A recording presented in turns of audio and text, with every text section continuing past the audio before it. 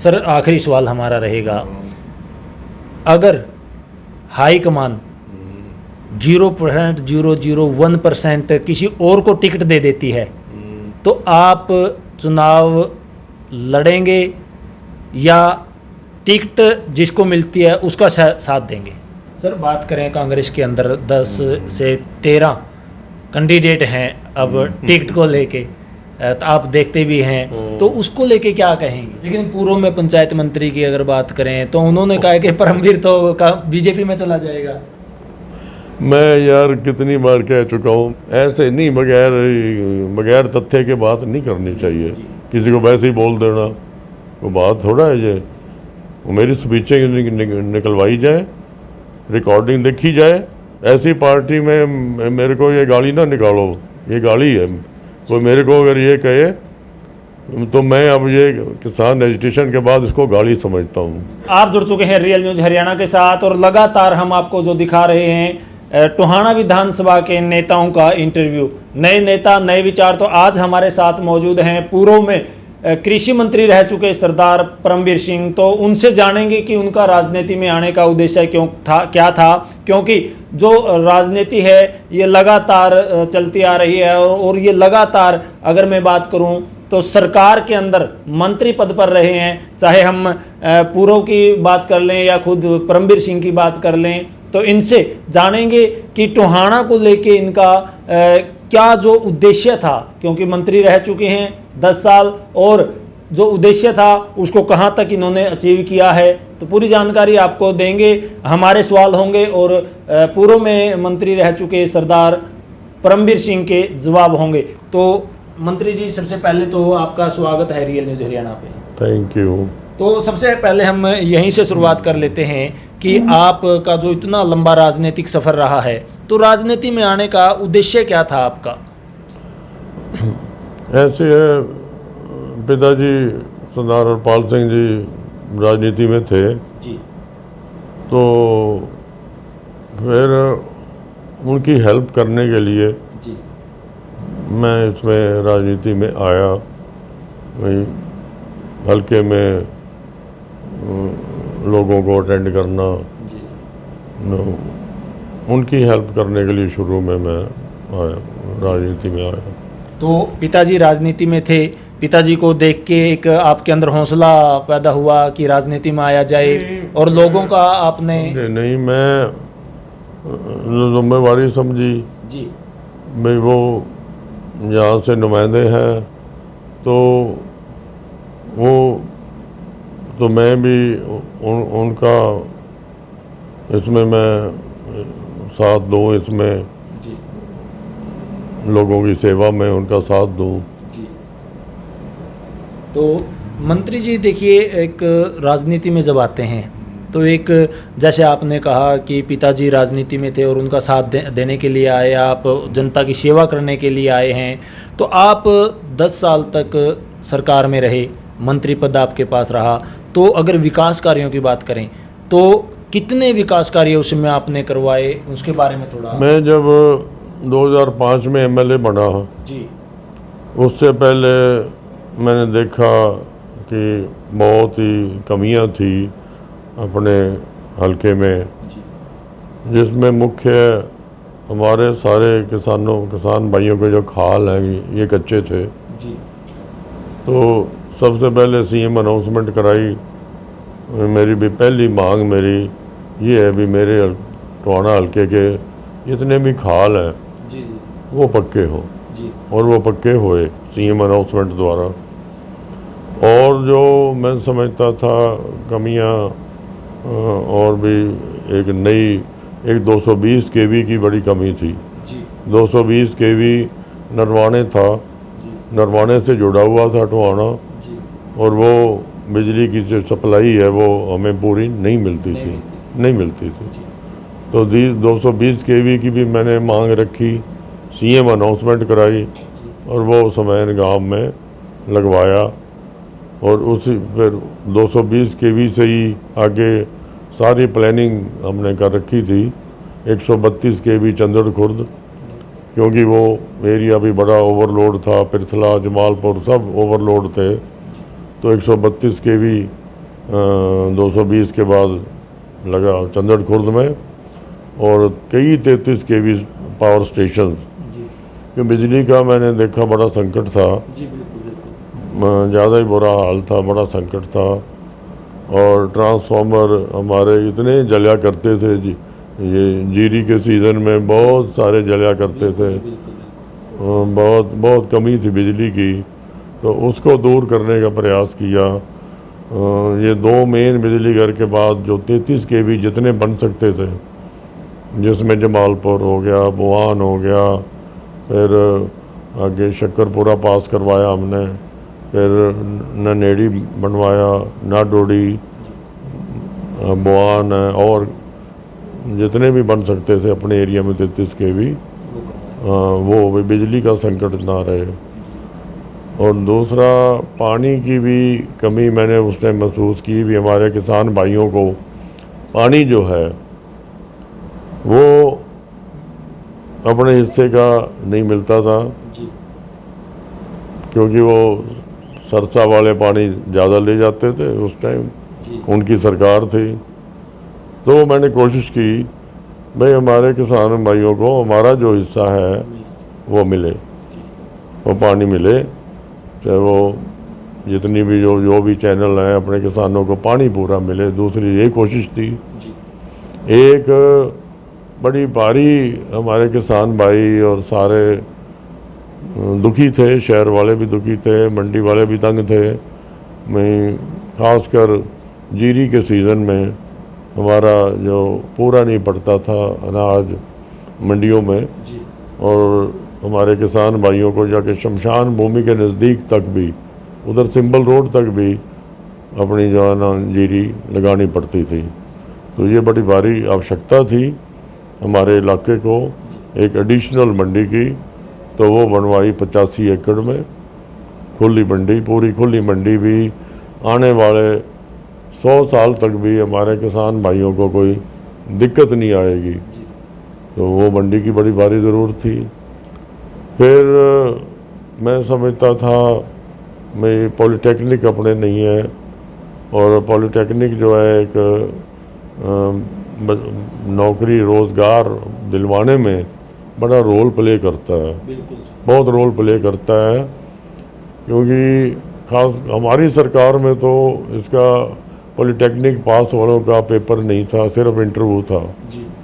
और दूसरा मेरे को ये भी पता था भाई पॉलिटेक्निक्स में कंपनियां कैंप लगा के बच्चों को जो पास होते हैं उनको नौकरियां देती हैं, अच्छी अच्छी कंपनियां। और वो मेरे को बड़ी खुशी है कि आज जो पॉलिटेक्निक जमालपुर में उस टाइम मैंने लगवाया, गवर्नमेंट पॉलिटेक्निक, तो उसमें मेरे को बताया गया है भी बच्चे जितने पास हुए हैं, कुछ को तो वो डिग्री पा के सरकारी नौकरी पाने में मदद हुई, और बाकी एक नहीं खाली गया। जितने पास हुए हैं कंपनियों ने आके यहाँ उनको नौकरी दी है, प्लेसमेंट दी है। बहुत बड़ी बात है। हाँ।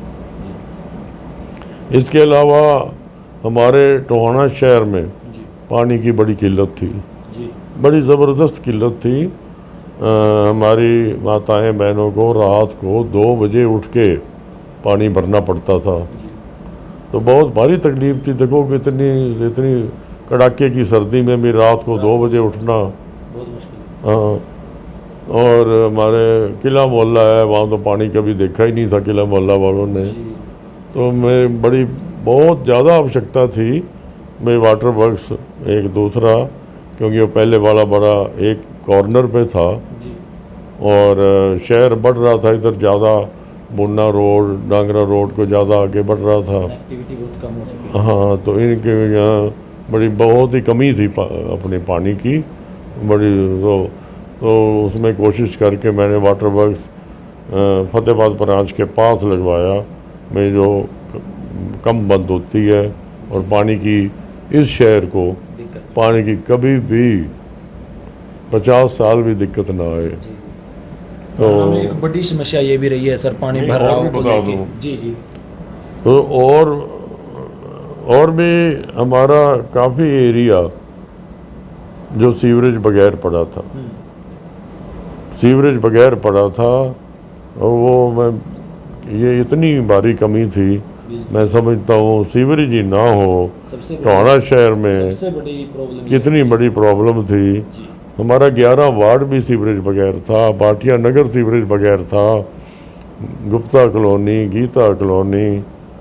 फिर मैं पैसा मैंने पास करवाया और महकमे वालों को ये बोला, भाई देखो अपना कोई आउटर बस्ती भी नहीं छोड़नी है, उनको भी ये सीवरेज हमने हर हालत में पहुंचाना है। ये नहीं जो शहर के अंदर सहूलियत है भाई उन तक भी वो सहूलियत पहुंचानी बहुत ज़रूरी है। तो वहाँ पीने का पानी का प्रबंध राजनगर में जब मैं गया लोकसभा इलेक्शन 2004 में, उन्होंने सिर्फ पीने के पानी की मांग की थी, सीवरेज की कोई मांग नहीं थी। तो वहाँ पीने के पानी के हमने ट्यूबवेल लगवाए, प्रबंध किया। फिर ये अपना ये पास मैंने सीवरेज पहुँचवाया, वहाँ राजनगर सीवरेज पहुँचा, इंदिरा कॉलोनी तक उधर पहुँचवाया, इधर मसाला फैक्ट्री तक पहुँचवाया और इधर गिल्ला वाली डानी से आगे तक पहुँचवाया। टोहाना को चारों तरफ से सीवरेज जो है भाई कोई एरिया हमारा खासकर बाहरली बस्ती वो वंचित, इस सुविधा से वंचित ना रहे। तो ये सब कितनी भारी कमी ये पड़ी थी। जी। और सीवरेज और पानी को लेके अगर हम बात करें, सबसे मेन प्रॉब्लम यही होती है भाई, पानी पीने का पानी और सीवरेज की सबसे बड़ी ज़रूरत होती है। इसके अलावा मैंने कोशिश की जितना भी मैं अटेंड कर सकूं लोगों को रेस्ट हाउस में, चाहे कितना ही समय लग जाए, चाहे रात का 1 बज जाए, कोई अटेंड किए लोग। और मेरी कोशिश ये थी कि कोई भी महकमा, कोई सरकारी महकमा लोगों को हरासमेंट ना करे। यानी कि भ्रष्टाचार के बिल्कुल खिलाफ। हाँ बिल्कुल। और हरासमेंट जो लोगों की है, कोई महकमा यहाँ कोई में भी महकमा लोगों की हरासमेंट ना करे। ये मेरा वो मन था मेन भैया, यहाँ भाई मैं अगर नुमाइंदा हूँ तो लोगों की हरासमेंट ना होने दूँ।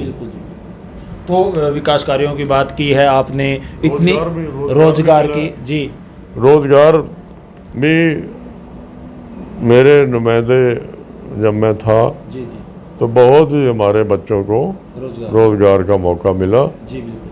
शहर में तो कोई बच्चा अब उस 5 साल में देख लो, मेरे से पहले जो है कितने बच्चों को मौका मिला, शहर में कितनों को मिला, देहात में कितनों को मिला, और जो अपने टाइम में मौका मिला। बिल्कुल। अभी जो सरकार है वो बार बार यही कहती है कि खर्ची पर्ची के बगैर लगा देते हैं, उसको लेके क्या कहेंगे आप? नहीं, कोई ये इनका तो ऐसे प्रचार है, ये मैं समझता हूँ पहली बात तो हमारी स्टेट से की लगने चाहिए। जी बिल्कुल। अपनी स्टेट में ही नौकरी मिलनी चाहिए। आउट ऑफ स्टेट का जो कोटा है उसको मतलब एक लिमिट होनी चाहिए, भी इस लिमिट से ज़्यादा नहीं बाहर के। अब हमने देखा है भाई कुछ पोस्टों में बाहर के दूर के वो ज़्यादा लग जाते हैं। पीछे हरियाणा के बच्चों को ही मौका मिले, ज़्यादा से ज़्यादा हरियाणा के बच्चों को मौका मिले। सर आप लगातार पूर्व में 10 साल राज में रहे हैं और अब विधानसभा चुनाव बिल्कुल नज़दीक हैं, तो उसको लेके क्या तैयारियां चली हुई हैं? किस प्रकार आप विजन को लेके चले हैं? क्योंकि जब चुनाव नज़दीक आते हैं, क्योंकि आप तो काफ़ी लंबा जो राजनीति का सफ़र हो चुका है, आपके तो दिमाग में ये होगा कि टोहाना को कैसा बनाना है आगे। तैयारियां तो लोकसभा में ही हो गई। मैं सारे गांव में मैं गया, 2-3 गांव छोड़ के सारे गांव मैं गया हूँ लोकसभा में। और मैं धन्यवाद भी करना चाहता हूँ हमारे टोहाना हल्का की जनता का और हमारे कांग्रेस वर्कर्स का। इतना प्यार और आशीर्वाद उन्होंने दिया, बहुत ज़्यादा। सर बात करें कांग्रेस के अंदर 10 से 13 कैंडिडेट हैं अब टिकट को लेके, तो आप देखते भी हैं, तो उसको लेके क्या कहेंगे? वो मैं पार्टी के फैसले का वेलकम करता हूँ कि हमारी लीडरशिप, जी चंडीगढ़ में मीटिंग हुई या जब भी हमारे जो लीडर्स हैं तो वो यही बोल रहे हैं भाई देखो सर्वे के आधार पर मिलेगी। सर, आपके चेहरे की स्माइल कुछ बता रही है।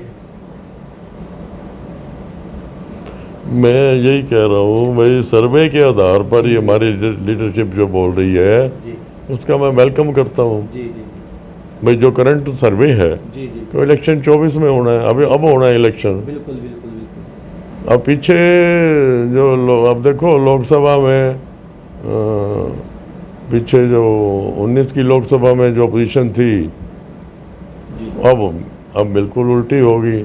बिल्कुल अब कांग्रेस पार्टी की तरफ हमारे लोग हरियाणा की जनता देख रही है और हरियाणा में कांग्रेस की सरकार आएगी। लेकिन पूर्व में पंचायत मंत्री की अगर बात करें तो उन्होंने कहा कि परमवीर तो बीजेपी में चला जाएगा। मैं यार कितनी बार कह चुका हूँ, मैं वीडियो पहले भी डाल चुका जी भाई मैंने 6 बार मैं वहाँ किसान भाइयों के बीच पहुँचा हूँ बॉर्डर पे। बिल्कुल 6 बार मैं गया हूँ, धरने पे बैठा हूँ, उनके बीच में रहा हूँ और मैं मतलब इस जन्म में मैं पहले भी कह चुका हूँ जी किसान विरोधी पार्टी बीजेपी बीजेपी किसान विरोधी पार्टियों में इस जन्म में तो मैं जा नहीं सकता। जी अब मेरे जो विरोधी हैं जी वो जो मर्जी बोल दें, जबान जो मर्जी बोल दें, जी, मैं तो कई बार कह चुका हूँ। क्योंकि वो जो कांग्रेस की नहीं, टिकट किसी है। के क्या ये तो देखो ना, आदमी को जो है ना ऐसे नहीं बगैर तथ्य के बात नहीं करनी चाहिए। किसी को वैसे ही बोल देना वो बात थोड़ा है ये। अभी लोकसभा के इलेक्शन में आप मेरी स्पीचें निकलवाओ, जितना विरोध मैंने इनकी किसान विरोधी नीतियों का मोदी जी का किया है वो मेरी स्पीचें निकलवाई जाए, रिकॉर्डिंग देखी जाए। ये किसी और लीडर ने मेरे से ज़्यादा विरोध किया हो किसान विरोधी नीतियों का, इनके किसान विरोधी चेहरे का बीजेपी का, जी फिर आप मेरे से बात करो। फिर यानी कि आप शुरू से ही अगर हरपाल सिंह की मैं एक और बात कहना चाहता हूँ। जी मैं कृषि मंत्री रहा हूँ तो मैं ये सोच भी सकता हूँ भाई जिस पार्टी ने हमारे किसान भाइयों का ऐसी दुर्गति की हो, दिल्ली में बैठाए 1 साल खामखा 3 काले कानून गले में थोपने के लिए, और वहाँ हमारे किसान भाई 750 के करीब बैठे ख़त्म हुए। ऐसी पार्टी में मेरे को ये गाली ना निकालो, ये गाली है। कोई मेरे को अगर ये कहे तो मैं अब ये किसान एजिटेशन के बाद इसको गाली समझता हूँ। तो सर आखिरी सवाल हमारा रहेगा, अगर हाई कमान 0.001% किसी और को टिकट दे देती है तो आप चुनाव लड़ेंगे या टिकट जिसको मिलती है उसका साथ देंगे? देखो मैं तो कांग्रेस पार्टी में बैठा हूँ, बाकी जो है कांग्रेस पार्टी के मैं पार्टी छोड़ के कोई चुनाव तो नहीं लड़ना है, बिल्कुल नहीं। पार्टी छोड़ के मैंने कोई चुनाव थोड़ा लड़ना है। तो कांग्रेस पार्टी में बैठा हूँ। हमारे जो दर्शक हैं आपको देख रहे हैं तो उनसे क्या अपील करना चाहेंगे, क्योंकि टोहाना की जनता से आपका काफ़ी लगाव रहा है, काफ़ी प्रेम रहा है, उससे क्या अपील करेंगे? मैं अपील ये करना चाहता हूँ, मैं अपनी आत्मा की आवाज़ को सुने, और बहुत मैं समझता हूँ हमारे लोग हल्का के लोग यूज़ हो गए,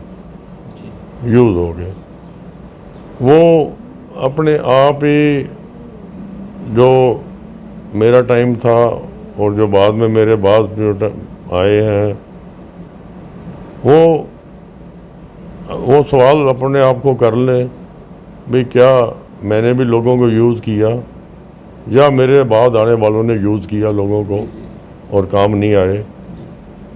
मेरी पूरी कोशिश थी कि मैं हल्के के काम आऊँ, हल्के की मेन कमियां जो थी कोशिश की, और आगे भी सोचता हूँ मैं परमात्मा मौका देता है तो जहाँ मैं जो समझता हूँ कि कैंसर हॉस्पिटल बड़ा ज़रूरी है, और हार्ट का, कैंसर और हार्ट के स्पेशलिटी हॉस्पिटल, ये ठीक है भाई, हॉस्पिटल मल्टी स्पेशलिटी बन रहा है, चलो अच्छी बात है बन रहा है, पर काफ़ी टाइम निकल गया, हमारे लोगों को हेल्थ की सुविधाएं नहीं मिली। हमारे हॉस्पिटल से लोगों को रेफर ही होते रहे, अगर वो रेफर होते रहे, रेफर होते रहे, सुविधाएं नहीं मिली। और मेरी ये, मैं बहुत ज़्यादा मेरी वो है मन में भाई हमारे लोगों को कैंसर और हार्ट की जो कैसे उनको बचाया जाए, और वो स्पेशलिटी कैंसर का हॉस्पिटल हो, स्पेशलिटी हार्ट का हो, भाई लोग कैंसर का पहली स्टेज पे पता लगे, पहली स्टेज पे फ़ौरन अगले यहीं चेक होए, पहली स्टेज पे पता लगे और इलाज हो, और हार्ट का भी लोगों को ये पता लगे भी हम रिस्क में चल रहे हैं, उनके टेस्ट हों और यहीं उनके स्टेंट पड़े, यहीं इलाज हो। ये सर आपके साथ रहे, पार्टी में साथ में काम किया है, आपके खास मित्र भी रहे हैं, वो अब दोबारा फिर पार्टी में आ चुके हैं, टिकट की दौड़ में हैं। किसकी बात कर रहे हो? तो आप क्या कहेंगे? किसकी बात कर रहे हो? सरदार निशान सिंह भी आए हैं। हाँ। तो क्या कहेंगे उसको लेके? पुराने मित्र, कुनबा आपका परिवार है वो बढ़ गया है ना? तो हमारा पार्टी का परिवार बढ़ गया है, पार्टी का परिवार बढ़ गया है, वो हमने तो कोई नहीं, उनका वेलकम ही किया है हमने। तो थैंक यू सर। तो आपने जो हमारे सवालों के जवाब दिए हैं, तो ये हमारे साथ पूर्व में 10 साल कृषि मंत्री रह चुके। जी जी जी और रह गई है जी, बताइए। एक तो ये कैंसर और हार्ट का अस्पताल जी, दूसरा हमारे बच्चों को मेरे को चिंता है, जोत छोटी होती जा रही है, बंटवारे होते जा रहे हैं, परिवार तो बढ़ नहीं है, बिल्कुल तो रोज़गार जो मेन समस्या है, बिल्कुल जी भाई हमारे नौजवानों को जी रोज़गार के अवसर, जिसमें पॉलिटेक्निक, गवर्नमेंट पॉलिटेक्निक जो मैंने लगवाया जमालपुर में काम आ रहा है, और भी जो भी हो सके भी जहाँ बबली ने तो फैक्ट्रियों का वायदा किया था, भाई मैं फैक्ट्रियाँ लगाऊंगा, कई हज़ार बच्चे, मैं खुद की फैक्ट्रियाँ लगाऊंगा और कई हज़ार बच्चों को। हाँ, पर हम तो भाई खुद की नहीं, हम तो कोशिश ये ज़रूर कराएंगे भाई कोई ऐसी फैक्ट्री लगे जिसमें सरकारी फैक्ट्री, जिसमें हमारे बच्चों को रोज़गार का मौका मिले। तो मेरे को चिंता है हमारे नौजवानों की, उनके भविष्य की, उनके भविष्य की, उनके भविष्य की, उनके रोज़गार का अवसर मिले, सबसे बड़ी चिंता आज ये है। और हमारे किसान, किसी को भी कोई दिक्कत ना आए, जहाँ हमारे ना किसान को दिक्कत आए, ना हमारे गरीब आदमी को, नरेगा वालों का बजट पूरा रहे, उनको पूरा काम मिले, तो हर तरह से मैं समझता हूँ। धन्यवाद। Thank you sir. तो हमारे साथ सरदार परमवीर सिंह जी थे और इन्होंने हर सवाल का जवाब आपको दिया है, और एक बड़ी चिंता इन्होंने जाहिर की है कि युवाओं को रोजगार मिलना, क्योंकि जो युवा है वो देश छोड़ के जा रहे हैं। स्वास्थ्य को लेकर एक गहरी चिंता इन्होंने व्यक्त की है। अगर टोहाना की जनता हाईकमान इन पर विश्वास जताती है, टोहाना की जनता आशीर्वाद देती है, तो सबसे पहला कार्य इनका कैंसर हॉस्पिटल और जो हार्ट का हॉस्पिटल है उसको लेके आने की, यहाँ पर बनवाने की एक बड़ी इन्होंने जो पहल है वो मैं कहूँगा कि हमारे चैनल के माध्यम से की है। और यही सबसे ज़्यादा ज़रूरत शिक्षा और स्वास्थ्य की होती है, तो उसी पर आज भी, पहले भी करते रहे हैं, आज भी इन्होंने बड़ा ऐलान कर दिया है कि अपने हाथ में कलम आते ही ये इस प्रकार के जो कार्य हैं, रोजगार को लेके भी कहा है, तो वो यहाँ सुचारू रूप से फिर से शुरू हो जाएंगे। तो कैसी ये रिपोर्ट लगी आपको? फिर मिलेंगे नए नेता और नए विचारों के साथ, तब तक के लिए जय हिंद, जय भारत।